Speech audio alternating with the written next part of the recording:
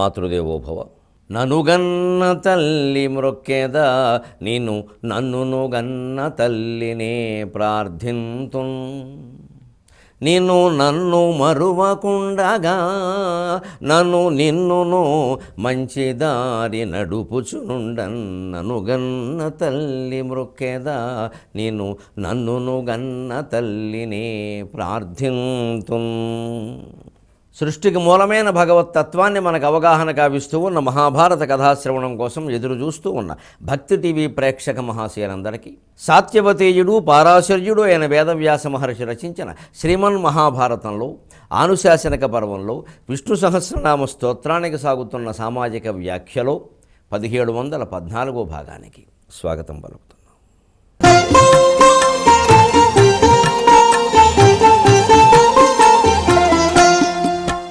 అనుర్బృహత్కృశస్థూలో గుణభృన్నిర్గుణో మహాన్ అధృతస్వధృతస్వాస్య ప్రాగ్వంశో వంశవర్ధనక. 90వ శ్లోకంలో ప్రాగ్వంశక అంతవరకు చెప్పుకున్నాం. అందుకే భగవంతుడు చాలా స్పష్టంగా తాను అందరికంటే మూలమైన వాణ్ణి, ఎప్పటి నుంచో ఉన్నవాణ్ణి అని చెప్పడానికి వీలుగా ఇమం వివస్వతే యోగం ప్రోక్తవానకమవ్యయం వివస్వాన్ మనమే ప్రాహ మనురిక్ష్మాకవే అబ్రవీత్ అన్నాడు భగవద్గీత గురించి చెబుతూ అర్జునుడికి. అర్జున, ఇదేమీ కొత్తది కాదయ్యా. యుగాలుగా ఈ జ్ఞానం మానవ జాతికి అందించబడుతూనే ఉంది. ఇదివరకు నేనే శ్రీ మహావిష్ణువు రూపంలో దీన్ని సూర్యునికి ఉపదేశించాను. మళ్ళీ కాలక్రమంలో పాతపడడం వల్ల మళ్ళీ చెప్పవలసి వస్తుంది అన్నాడు. కొత్తగా ఏదో భగవద్గీతలోంచి ఒక్కటి బయటికి లాగి దాన్ని ఏదో పెద్ద ప్రచారం చేసేసి ఇక ఇదివరకు లేని గొప్ప మనశ్శాంతి సిద్ధాంతాలన్నీ మనమే కనిపెట్టాం అనేవాళ్ళందరూ ఇది ఆలోచించుకోవాలి. భగవంతుడే స్వయంగా అలా చెప్పలేదే, మనం ఎక్కడి నుంచి కనిపెట్టేస్తాం? ఏమున్నా ఉన్న తత్వానికి వ్యాఖ్యానాలే. కొత్తగా చెప్పడం ఉంటుందేమో కానీ కొత్తది చెప్పడం కష్టమండి. ఎందుకంటే ఉన్నది అదే, ఒకటే పదార్థం. దాన్ని కొత్తగా ఉదాహరణలు మారచ్చు, చెప్పే విధానంలో తేడా ఉండొచ్చు. అంతేగాని ఏదో యాక్సెప్ట్ యాజ్ ఇట్ ఈజ్ అనడం, ఇది మేము కనిపెట్టాం, ఏమీ కనిపెట్టలేదు, వేదాల్లో ఉంది. అది ఉన్నది ఉన్నట్టుగా స్వీకరించమనేగా. తుల్యనిందాస్తుతిర్మౌని సంతుష్టో ఏనకేన చెతు అని అదేగా ఉద్దేశం. అలాగే కోరికలే దుఃఖానికి మూలం అని ఎవరో కనిపెట్టారు, దానికోసం 100 ఏళ్ళు తపస్సు చేయగల. కోరికలు దుఃఖానికి మూలమని వేదంలోనే ఉంది. కామేశ్వరాస్త్ర నిర్దగ్ధ సభండాసుర శూన్యక లలితా సహస్రంలో చెప్పడం ఉద్దేశమేది? కోరికలే మనిషిని అలా చేస్తున్నాయి. అన్నిటికీ మూలం అదే. ఆనందవల్లి ఉపనిషత్తులో కూడా ఉంటుంది అది. ఆ కోరికల సంగతి ఏమిటో తెలుసుకుందాం రమ్మనే చెప్పారు. అందుకని కొత్తగా కనిపెట్టేది ఏమీ ఉండదు. తత్వశాస్త్రానికి సంబంధించి భౌతిక పరిశోధనలు ఉంటాయి. భౌతిక శాస్త్రం ఈ సృష్టికి సంబంధించి కొత్తగా కనిపెట్టే వస్తువులు పదార్థాలు ఉంటాయి. తత్వానికి సంబంధించి ఏముండదు. తత్వం అదే, ఇంకంతకంటే కనిపెట్టాల్సిందేం లేదు. అందుకనే పూర్వం జరిగిందానే మళ్ళీ చెబుతున్నా అన్నాడు. వంశవర్ధనక, దీనికి చిత్రమైన అర్థం చెప్పుకున్నాం. వంశం వర్ధయతి, వంశం ఛేదయతి కూడా. సంస్కృతంలో ఒకే ధాతువుకు 2 విభిన్నమైన అర్థాలు ఉండడం ఇప్పటికి మనం విష్ణు సహస్రంలో చాలా చోట్ల చూసాం. ఇక్కడ మళ్ళీ వంశం వర్ధయతి అనే అర్థంలో ఏమిటి? 16,000 మందితో వివాహమా, ఒక్కొక్కరికి 10 మంది పైన సంతానమా, అంటే 1,60,000 పైన అయ్యారు. ఆ పైన 8 మంది మళ్ళీ, వాళ్ళకో 10 మంది. ఈ రకంగా వంశవృద్ధి ఎందుకయ్యా అంటే మరి భారత యుద్ధంలో మొత్తం చనిపోయారు. వంశవృద్ధి జరగాలిగా, మరి తర్వాత సృష్టి కొనసాగద్దు. అందుకే పరమాత్మ అపురూపమైన లీలావతారం అది. ఇతర అవతారాలతో కృష్ణావతారాన్ని పోల్చడానికి వీల్లేదు. వంశవృద్ధి చేసింది ఆయనే అలాగా, లేకపోతే అవుతుంది, సృష్టి ముందుకు సాగదు. అందుకని భూభారం పోగొట్టడం అంటే మొత్తం అందరినీ చంపేయడం అని అర్థం చెప్పకూడదు. దుర్మార్గులు ఎక్కువైనప్పుడే భూభారం పెరుగుతుంది, సన్మార్గులు ఎక్కువైనంత వరకు పెరగదు. సజ్జనుల్ని ఎంతమందినైనా భూమి ధరించడానికి సిద్ధంగా ఉంది. దుర్మార్గుడిని ఒక్కడిని భరించడం కూడా ఆవిడకి చాలా ఎక్కువైపోతుంది. మన జీవితమే మనం చూసుకోండి. సుఖాలు ఎన్నైనా భరిస్తామండి, వద్దని అనవండి. దుఃఖం కించిత్తు చిన్నది కూడా భరించలేమండి మనం. అది ఇది అర్థమైతే భూభారం అర్థం. సుఖం మీద సుఖం, సుఖం మీద సుఖం వస్తుంటే అయ్యి బాబోయ్ ఈ సుఖాలు ఏమిటో, ఇవన్నీ విచిత్రంగా ఉన్నాయి అని అంటే అలా అనకూడదు. అమంగళం ఏమిటది? అన్ని శుభాలేగా రాని, ఎన్ని జరిగితే అంత మంచిది అంటారు. అదే దుఃఖం దగ్గరికి వచ్చేసరికి చిన్న దుఃఖాన్ని కూడా భరించలే ఉంటారు. సరిగ్గా భూదేవి కూడా అంతే. సజ్జనులు మంగళప్రదమైన వ్యక్తులు ఎన్ని కోట్ల మంది ఉన్నా భరిస్తుంది. దుర్మార్గుడైన వ్యక్తి ఒక్కడిని కూడా భరించలేదు. ఆ స్థితిలోనే శ్రీమన్నారాయణమూర్తి భూదేవిని ఆ భారం నుంచి రక్షిస్తాడు, రాక్షస సంహారం చేసి. అందుకోసం వంశాన్ని వృద్ధి పొందింపజేయాలా, వంశాన్ని నశింపజేయాలా, ఏది అవసరమైతే అది చేస్తాడు. అందుకే వంశాన్ని వృద్ధి పొందింపజేశాడు ఓ పక్క. మళ్ళీ వంశాన్ని నశింపజేయడం ఎక్కడ చేశాడండి? తన వంశాన్ని తానే, యదు వంశాన్ని గాంధారి శాపానికి విలువ కలిగించడానికి.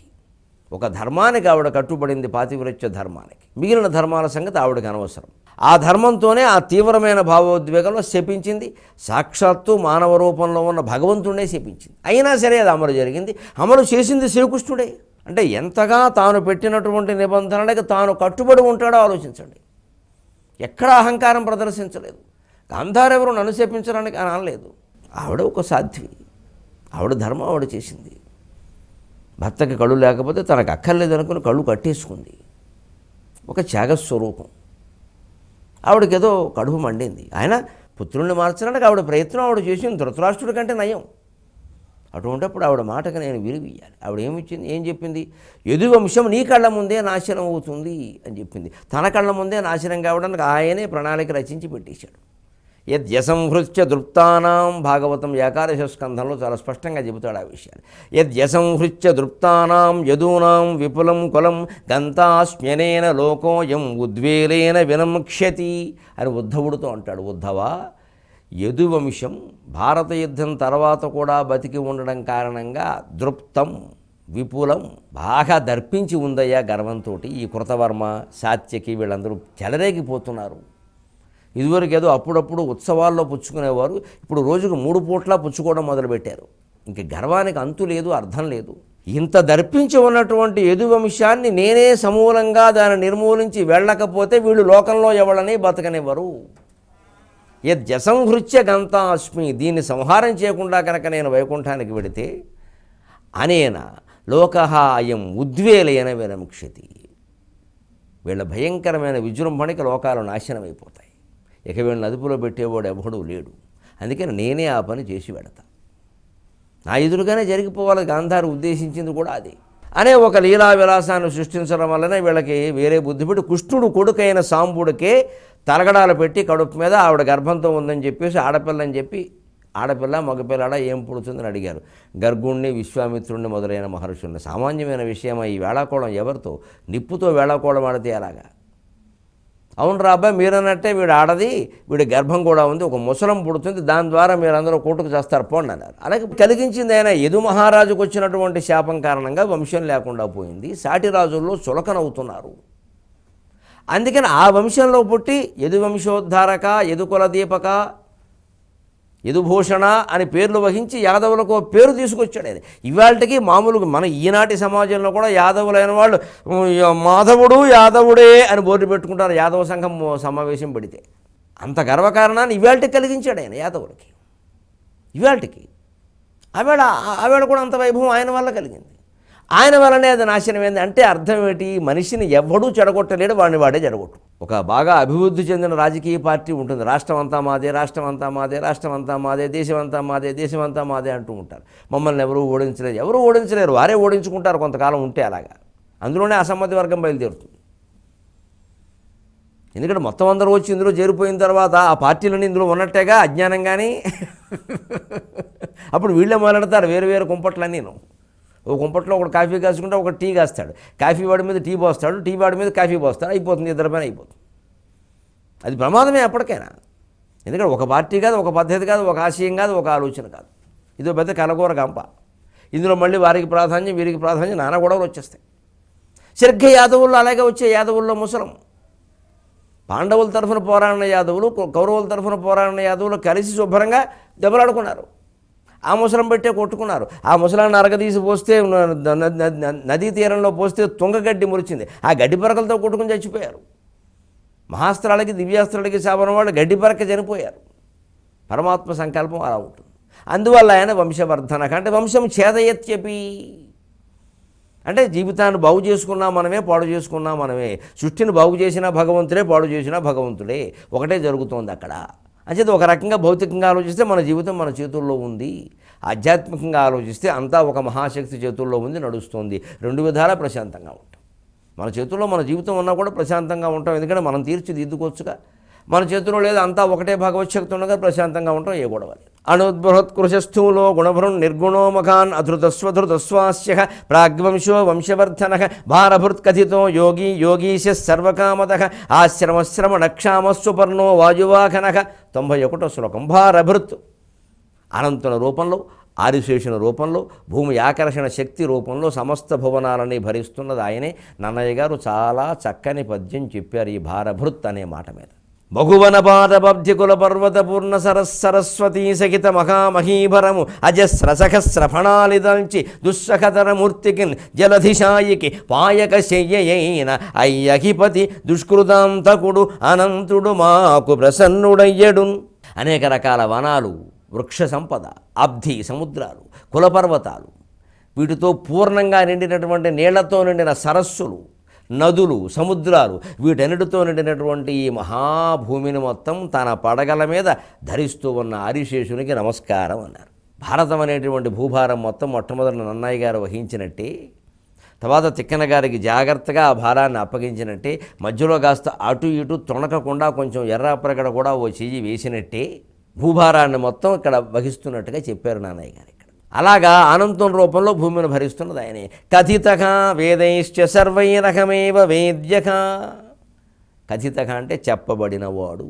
వేదములన్నీ, శాస్త్రములన్నీ, పురాణములన్నీ అంతిమంగా సారప్రాయంగా భగవంతుని గురించి చెబుతున్నాయి. ఏ గ్రంథాలు ఎన్ని చదివినా, ఎంత మొత్తుకున్నా, ఎన్ని యోగాభ్యాసాలు చేసినా, ధ్యానయోగమా, కర్మయోగమా, జ్ఞానయోగమా, హఠయోగమా, రాజయోగమా, రాజవిద్య, రాజగుహ్యయోగమా, సహజయోగమా, క్రియాయోగమా, ఎన్ని ఉన్నా అసలు యోగం ఏమిటంటే భగవంతుడిలో మనం కలవడం. ఇంతకు మించి ఇంకో మాట లేదు. అంచేది కథితక వేదేశ్చ సర్వే రకమేవ వేద్యక. ఎన్ని వేదాలు చదివినా, ఎన్ని భౌతిక విద్యలు చదివినా, ఎన్ని నైతిక విద్యలు చదివినా అంతిమంగా భగవంతుని గురించి చెప్పుకోకపోతే, తెలుసుకోకపోతే అది వృధా. అదే కథితక. అందుకే ఎప్పుడు మాట్లాడినా ఏమొచ్చినా సృష్టి, దానికి మూలం భగవంతుడు, త్రిగుణాలు, వీటి గురించి మనం మాట్లాడుకుంటే ఎప్పటికైనా వీటిలోంచి బయటపడతాం. కానీ చాలామందిని మీరు గమనించండి, దైవపరమైన సంభాషణ ఇలా మొదలవగానే పక్కకి లాగేస్తారు. మొన్న మా ఇంట్లో ఏం జరిగిందంటే అని మొదలెడతారు. దేవుడు దయ ఉంటే కానీ ఏది జరగదు అన్నాం అనుకోండి, ఆ దేవుడు దయ గురించి భాగవతంలోంచో భారతంలోంచో ఉదాహరణ తీసి చెప్పుకోవాలి. అక్కడి నుంచి వెంటనే నిజమే నాకు దేవుడు దయ, ఈ నాకు దేవుడు దయ అనడం ద్వారా మన ప్రఖ్యాతి పెంచుకోవడం. ఇక్కడ ఇది మానేస్తే అహం తగ్గుతుంది. ఆ ఉదాహరణ ఉందిగా, ఇది ఎందుకు మళ్ళీను? ఇప్పుడు లోకంలో వేరే వాళ్ళ ఉదాహరణ చెప్పరు, వాళ్ళదే. వెంటనే ఈ ప్రసంగం ఏమైపోయింది, కథితగా నుంచి వ్యథితలోకి వెళ్ళింది. ఈయన మొదలెట్టగానే ఆయన మొదలెడతాడు. అక్కడ మా ఇంట్లో కూడానే ఆయన మొదలెడతాడు. ఆయన అయిపోయింది, వీళ్ళిద్దరికీ అహం వచ్చింది. ఇక్కడ ఇక భగవంతుడు ఎగిరిపోయాడు. ఇదంతా వేదాంతం అంటాం, లేదు అహం వచ్చేసింది. అక్కడ ఆ అహం అనే ప్రసక్తి లేకుండా ఒక గంట సేపు అలా మాట్లాడుకుంటే హాయిగా పదవీ విరమణ చేసిన వాళ్ళు ముఖ్యంగా ఆత్మజ్ఞానం కలుగుతుంది. రోజు మిన్నన్ని మీరు ఏం పుస్తకం చదివారండి, అందులోంచి ఏదైనా ఒక విషయం చెప్పండి. ఆయన పూర్తిగా చెప్పే వరకు వినాలి, మధ్యలో మనం జోక్యం చేసుకుని మాట్లాడకూడదు. అప్పుడు ఈ కథితగా అంటే అర్థం తెలుస్తుంది, ఆచరణలో పెట్టిన వాళ్ళం అవుతాం. యోగి యోగో జ్ఞానమేవ తేనైవ గంతవ్యక. యోగం అంటే జ్ఞానమే, జీవుణ్ణి దేవుణ్ణిలో కలపడమే యోగం. దానికి కర్మయోగమా, జ్ఞానయోగమా, సాంఖ్యయోగమా, ఇంకో యోగమా అంటే దేంతో కలుపుతావు? మార్గాలు అవన్నీ. భగవద్గీతలో ఉండే 18 అధ్యాయాలు 18 మార్గాలు, అవే అయ్యప్ప స్వామి 18 మెట్లు. నువ్వు ఏ మార్గం అవలంబించినా మంచిది, అంతిమంగా యోగం. అందుకే అన్నిటికీ యోగమే. సాంఖ్యయోగం, జ్ఞానయోగం, కర్మయోగం, రాజవిద్య, రాజగుహ్యయోగం, క్షేత్రజ్ఞ విభాగ యోగం, నువ్వు ఏదైనా సరే చివరికి యోగం. యోగం అంటే జ్ఞానం. తేనైవ గంతవ్యక. ఆ జ్ఞానం చేత పొందదగిన వాడే యోగి. భారభృత్ కథితో యోగి యోగీశఖ. యోగులకి ఈశఖ అని కూడా ఎందుకు అన్నారు అంటే, సామాన్య యోగులు తపస్సు మొదలు పెడతారు, ధ్యానం అంటారు. దేన్ని మేము పట్టించుకోమండి, ప్రశాంతంగా ఓ చోట ఉంటామంటారు. శిష్యుల్లో భక్తుల్లోనూ నేను 9 నెలలు జనానికి కనపడకుండా తపస్సు చేయదలుచుకున్నానయ్యా అంటారు. 9 నెలల్లో ఏడాది అండర్ గ్రౌండ్ అంటారు, భూగృహంలోకి వెళ్ళిపోతారు. వెళ్ళిపోయిన వాళ్ళు తిన్నగా ఉండరు. రోజు 1 గంట స్వామి భక్తులు మిమ్మల్ని చూద్దామని ఆరాటపడుతున్నారంటే, ఫోన్లే 1 గంట అవకాశం ఇస్తాం. ఇది గంట కాదు, ఇది పెంట, ఇవ్వకూడదు అవకాశం. ఇక్కడే చెడిపోతాడు యోగి. చ్యుతి వచ్చేసింది. వెంటనే ఈ గంట చూసిన వాడు ఊరుకోడుగా, ఆయన చూడడం ఎంత పుణ్యం అని చెప్పి వెంటనే రిక్తహస్తో నజాయేత అంటాడు. ఎవడో అట్టిపళ్ళు ఎట్టుకెడతాడు. ఒట్టి అట్టిపళ్ళు ఏమిటని చెప్పి దానికి 100 రూపాయలు చేరుస్తాడు. ఇక కలెక్షన్ మొదలైంది అక్కడ. ఇక ఈ యోగి గారి దృష్టి ఆ గంట సేపు దర్శనం పేరు మీద ఏమొచ్చింది, ఇక్కడ ఎవరెవరు చేరారు, ఇలా పడిందంటే ఆ 23 గంటల ధ్యానం ఆగిపోతుంది.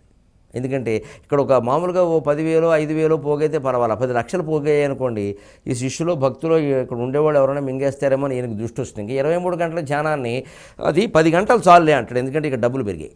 ఇదే భగవంతుని యోగీశఖ అని ఎందుకు అన్నారు అంటే, ఎట్టి పరిస్థితుల్లోనూ స్వస్వరూపం నుంచి చ్యుతి లేనివాడు. అందుకే ఆయన పేరే అచ్యుత, మన పేరు చ్యుత.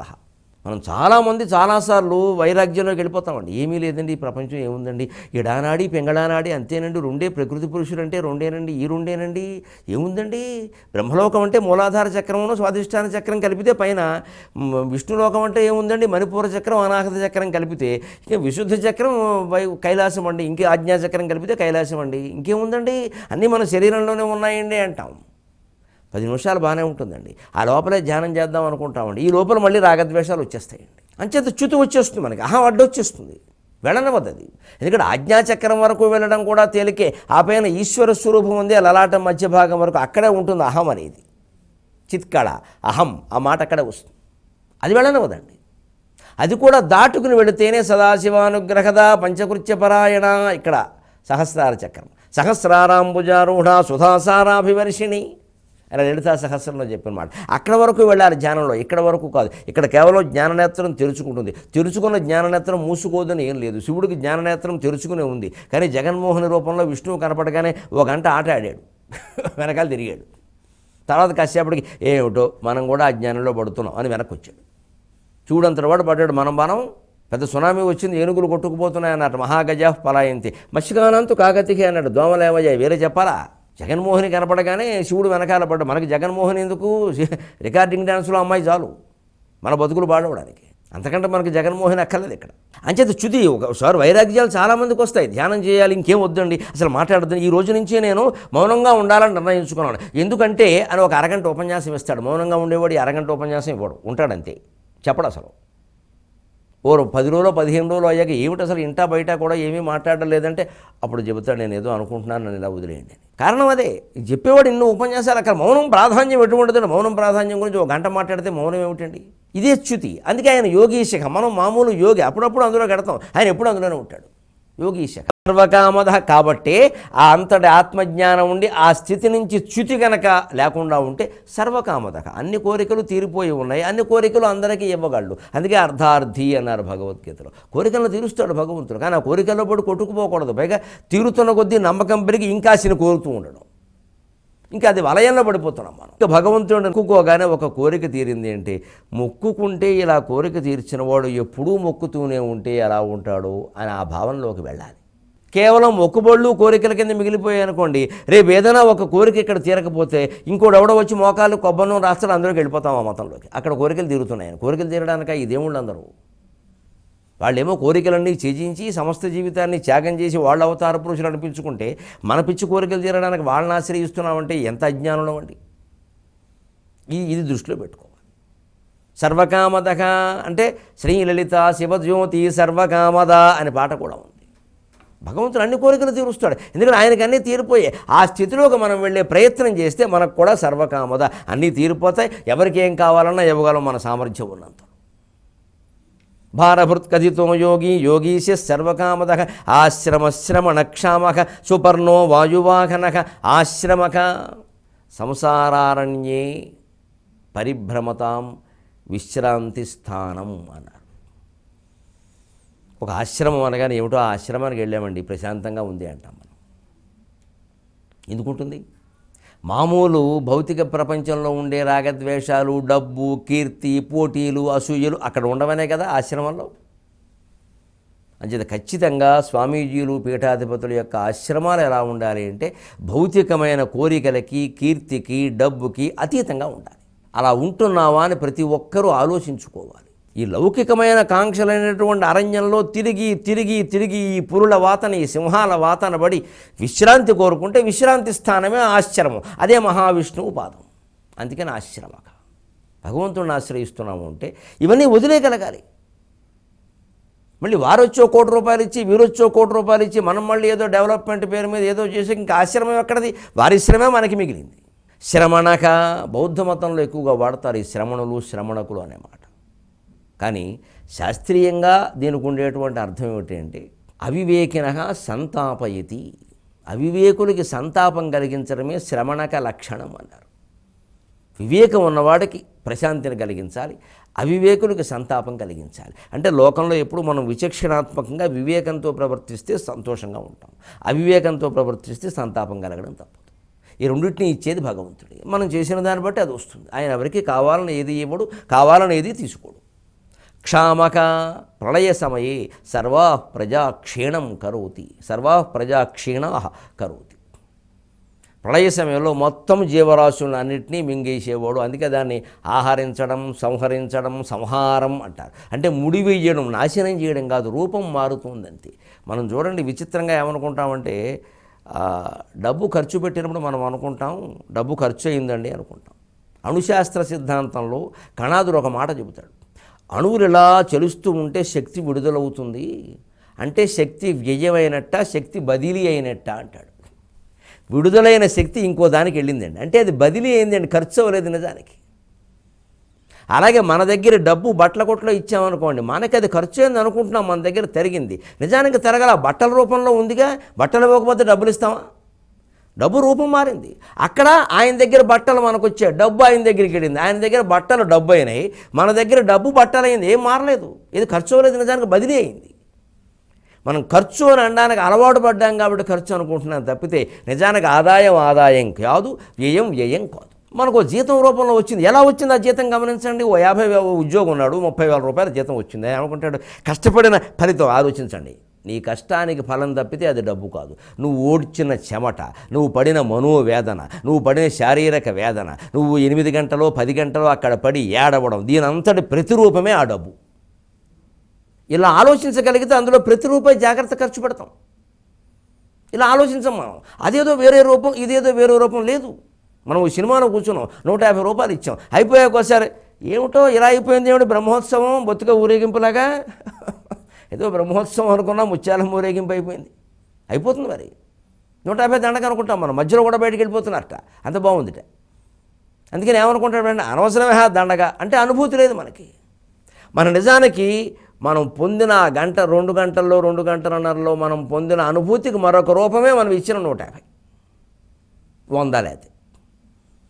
అది పొందలేకపోతే దండగైందనుకుంటున్నాం కదా. అంచేత డబ్బు ఖర్చు పెట్టడం ఇది కూడా ఒక రకమైన మిథ్య.